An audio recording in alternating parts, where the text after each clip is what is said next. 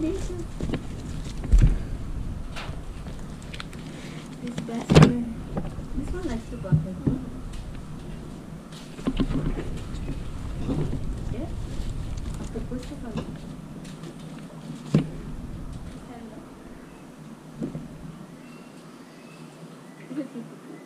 It just fell on this deal. Okay, this is already our second Sunday in February, and I'm sure there's something in here for everybody. And Father God, just let us hear your words today, and we know there's a lot of important stuff in here, and maybe some stuff that's not so important that we think's not so important, but every word of yours is pure. And Father God, just bless us with all truth today. In the name of your Son, Jesus Christ, amen. So we're going to call this today A Chaste Virgin and Family Ties. But first we're going to talk about current events. Is the President of America, Donald Trump, went on record to rebuke and chasten the Democratic lawmakers of America.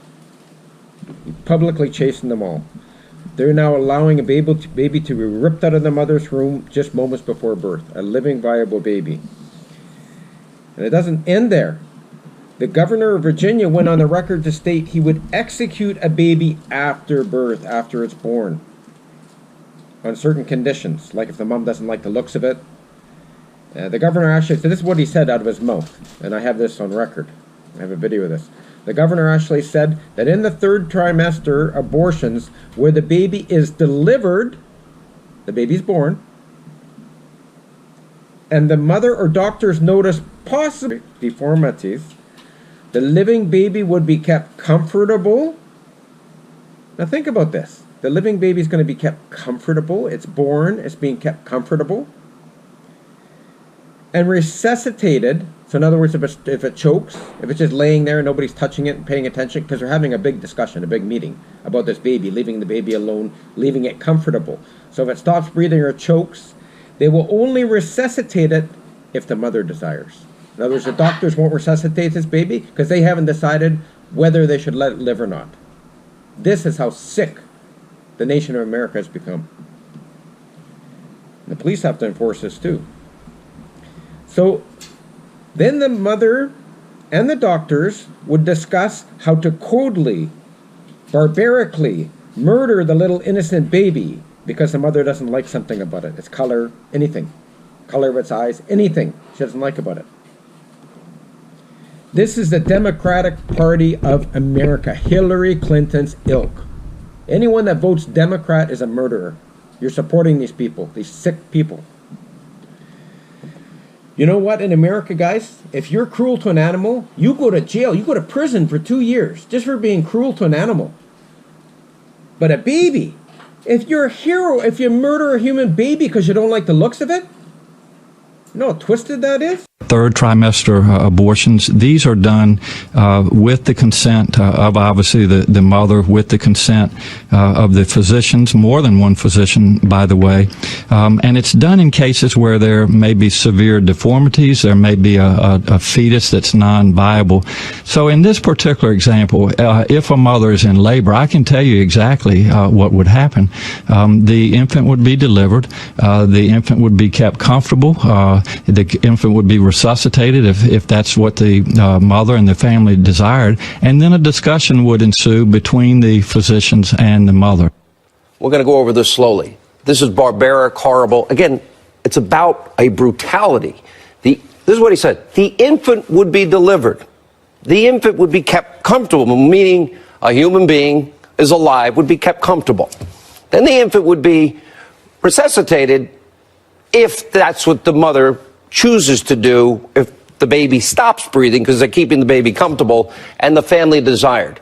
And while this child is living outside the womb alone, they'll have a discussion. A discussion would ensue between the physicians and the mother. Oh, what should we do? What do you think we should do? Really? You don't think that's cold, callous, barbaric? It's not, again, about, people can have a difference of opinion. I believe life begins at conception. Some people say if it's not viable first trimester, they support they're pro-abortion or pro-choice as they call themselves. Governor Northam once worked as a pediatric neurologist, and now he's willing to support a bill that terminates what is a viable living child in front of him and have a discussion. This is a radical, new, extreme, as I've been saying, Democratic Socialist Party. At that point, you know, think about infants. Think about how you feel about a little puppy being born. Well, think about a little child. Does that not represent everything that we think of as the ultimate in innocence? If we as a country, we can't come together, forget Republican, Democrat, conservative, liberal, blue, red, and agree to protect a child that is laying there comfortably and having a discussion to do everything we can to keep that child alive, what kind of country do we want to be here? A baby defines innocence.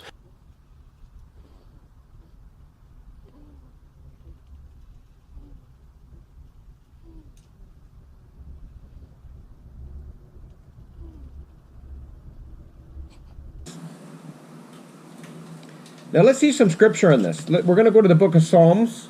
Go to the book of Psalms 10. We're going to see what God says about this. He says a lot about this, but we're just going to stick with the Psalms for now. Psalms 10. It just made me sick when I heard the governor say that. In other words, Dante was born. She sat up. We didn't like what she looked like. Oh, just execute her, kill her. We don't need that kid. The chin's not perfect. Maybe the ears aren't perfect. Heads aren't perfect. Terminator.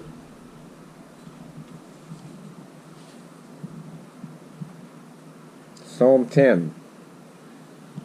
Let's hear what God says here. David wrote this.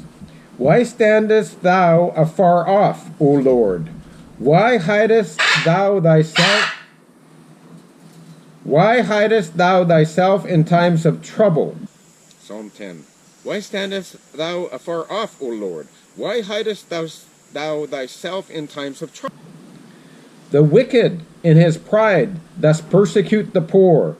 Let them be taken in the devices that they have imagined. The wicked in his pride doeth persecute the poor. Let them be taken in the devices that they have imagined.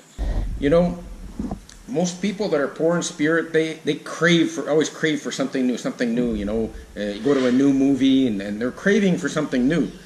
And often you hear actors scream. When you watch the movies, I've seen it myself many times. You hear the actors scream when something goes wrong or somebody dies in their arms. Why, God? Why? They're always blaming God, right? You're on with Mark. It's me, Dork, your sister. You really should go see Mom. She's not doing well. She hasn't been doing well for years. That's why they call it dementia. You should go see her. There, I gotta go.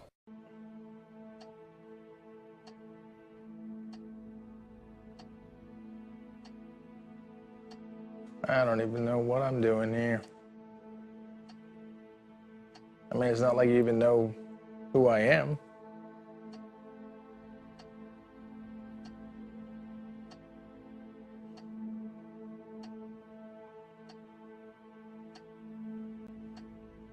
You prayed and believed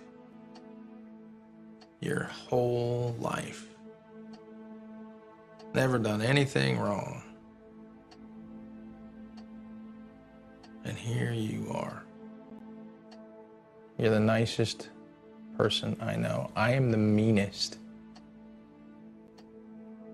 You have dementia. My life is perfect. Explain that to me. Sometimes the devil allows people to live a life free of trouble because he doesn't want them turning to God. Their sin is like a jail cell, except it's so nice and comfy and there doesn't seem to be any need to leave. The door's wide open. Till one day,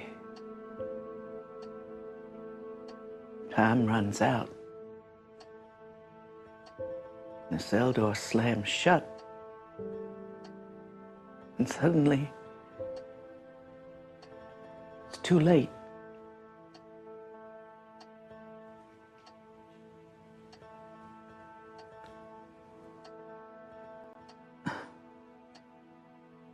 Who did you say you were?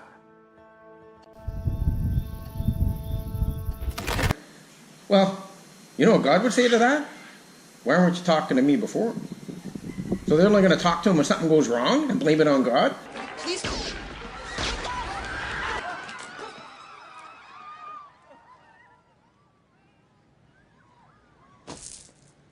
Dad?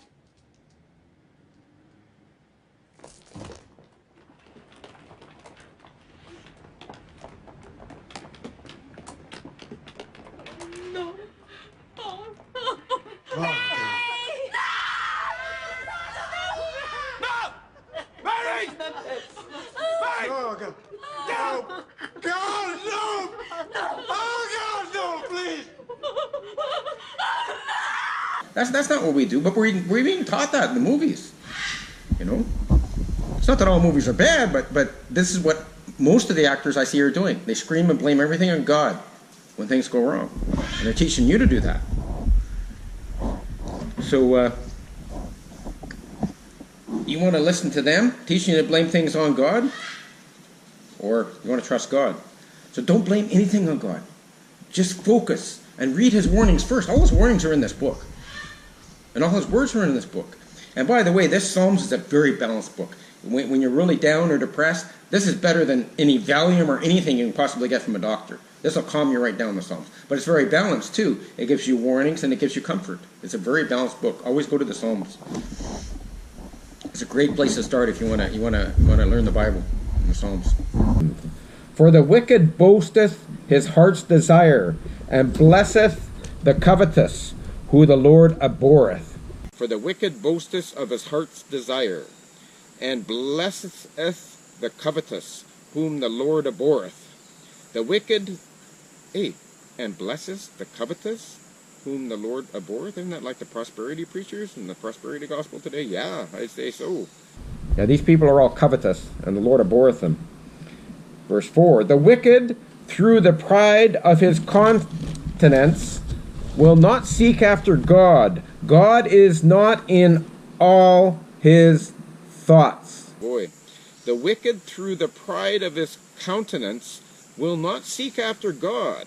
God is not in all his thought.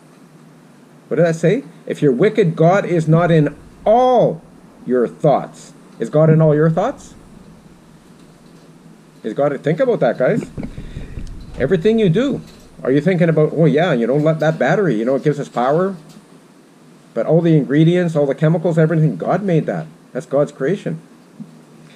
5. His ways are always grievous. Thy judgments are far above out of his sight. As for all his enemies, he puffeth at them. His ways are always grievous. Thy judgments are far above out of his sight. As far as all his enemies, he puffeth at them. Puffeth. We got a puff adder. Why is it called a puff adder? Snakes puff? Men hiss? Puff? I don't know, puff. There's a lot of puffing going on in some of the churches. He has said in his heart, I shall not be moved, for I shall never be in adversity. His mouth is full of cursing and deceit and fraud. Under his tongue is mischief and vanity. His mouth is full of cursing and deceit and fraud. Under his tongue is mischief and vanity. He sitteth in the lurking places of the villages, and in the secret places doth he murder the innocent. His eyes are privily set against the poor. And that's exactly what's going on. He sitteth in the lurking places of the villages. In the secret places doth he murder the innocent. His eyes are privately set against the poor. They're murdering these innocent babies, even after they're born. A sick American government that's now has the majority vote. But after Trump got on record and said this stuff, he now has 50% of the votes again, just automatically. So people know how wicked these Democrat leaders are. So then Trump asked Congress this week to pass legislation to prohibit abortion of children who can feel pain in the mother's womb. What an interesting statement. What an interesting statement. No greater contrast to the beautiful image of a mother holding her infant child than the chilling displays our nation saw in recent days. Lawmakers in New York cheered with delight upon the passage of legislation that would allow a baby to be ripped from the mother's womb moments from birth. These are living, feeling, beautiful babies who will never get the chance to share their love and their dreams with the world. And then we had the case of the governor of Virginia, where he stated he would execute a baby after birth. To defend the dignity of every person, I am asking Congress to pass legislation to prohibit the late-term abortion of children who can feel pain in the mother's womb.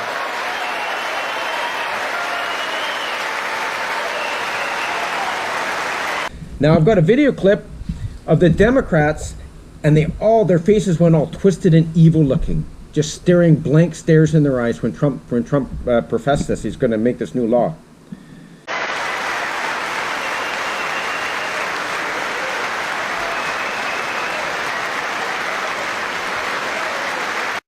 You could see how angry they were at Trump's call for action to stop their evil crimes of murder that they made legal during the Obama administration. And they're still trying to make more legal today by killing babies out of the womb.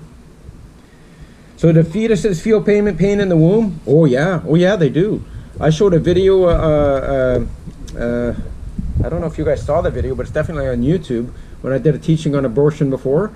And this was actually from the early 1970s. His doctor committed 10,000 abortions. And then when this ultrasound came out, he swatched the whole abortion procedure that he personally did on ultrasound. And the baby kept moving away from the instruments, lurching away from the instruments. And you could just see the mouth open and a silent scream.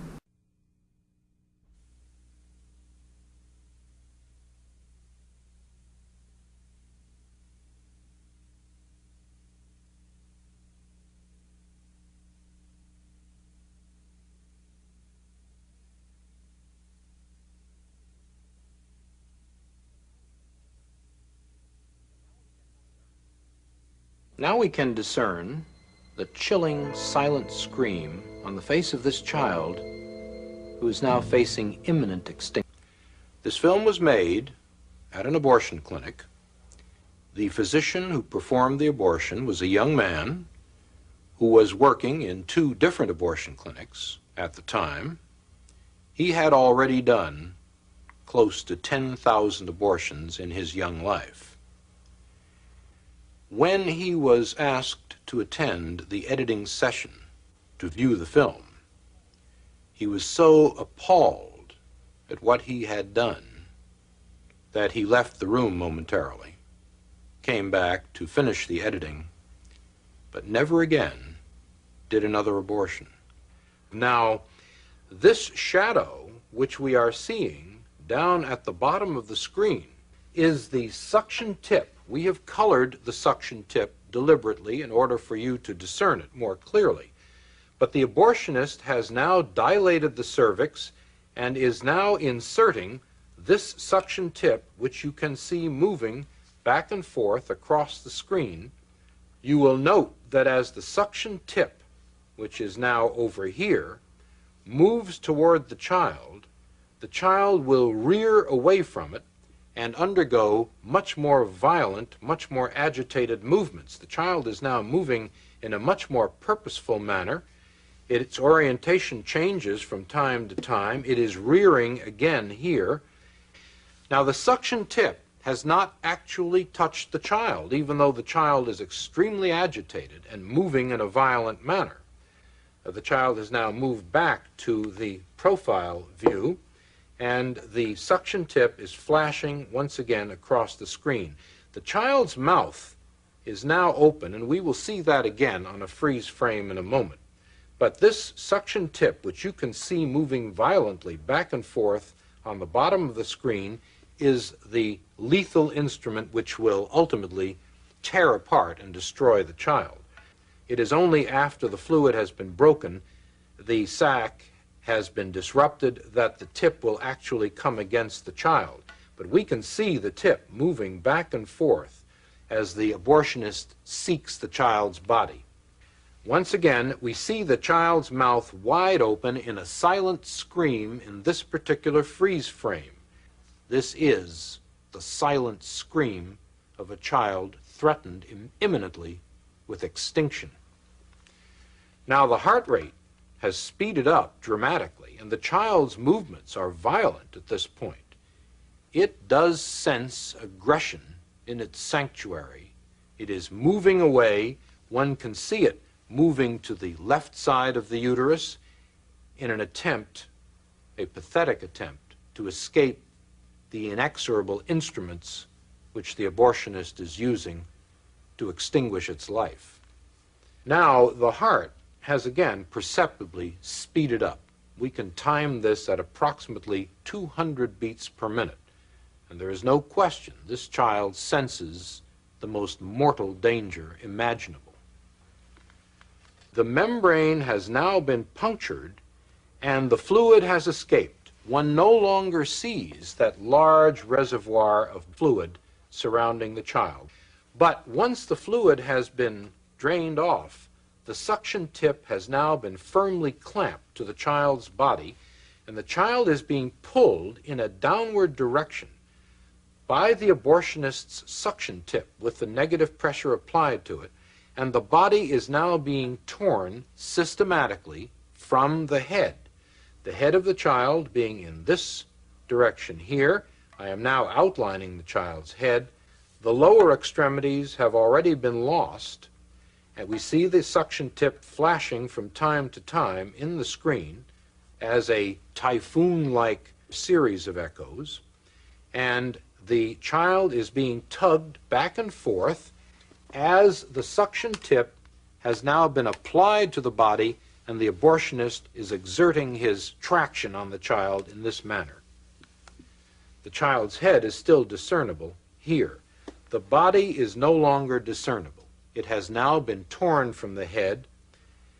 What we see now is the head itself with what is called the midline echo of the head and the spicules or fragments of bone. Now this head, which I'm outlining here, on this 12-week child is simply too large to be pulled in one piece out of the uterus. The abortionist is going to have to employ this instrument, the polyp forceps, in an attempt to grab the head. The abortionist will attempt to crush the head with this instrument in this manner and remove the head piecemeal from the uterus. The abortionist and the anesthesiologist have a secret language between them which shields them from the grisly reality of what is going on. The abortionist and the anesthesiologist together refer to the head of this child, which is now being sought, as number one. And the anesthesiologist will inquire of the abortionist, is number one out yet? Are we finished? The movie's called The Silent Scream. You can find it on YouTube. And this baby just before it gets all sucked and broken up, just the mouth open in pain, screaming. Absolutely. A baby does feel pain in the womb. And I'm sure that at some point in the future, everyone's going to have to face up to that. So.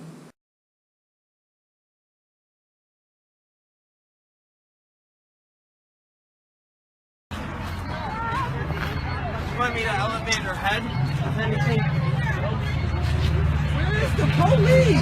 Sure, you can use this. I don't know, he's the nurse. Whatever you need. Somebody can help direct traffic.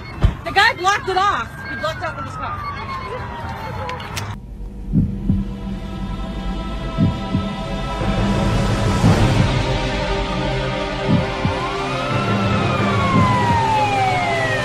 On the murder!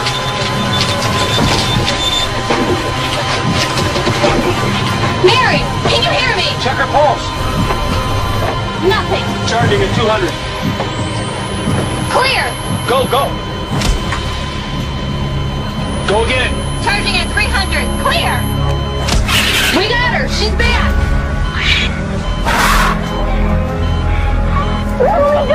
You're not gonna die. We're not gonna let that happen. Watch that monitor.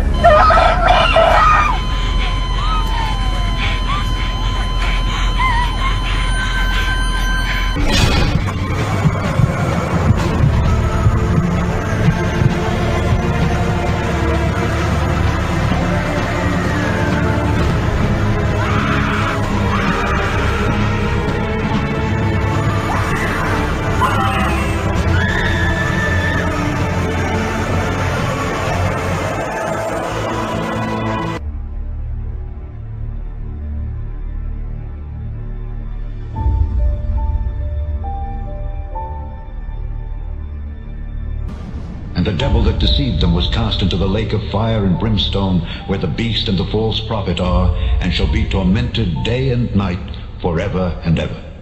And the books were opened. And another book was opened, which is the book of life. And the dead were judged out of those things which were written in the books, according to their works. And the sea gave up the dead which were in it. And death and hell delivered up the dead which were in them. And they were judged, every man according to their works. This is the second death. And whosoever was not found written in the book of life was cast into the lake of fire.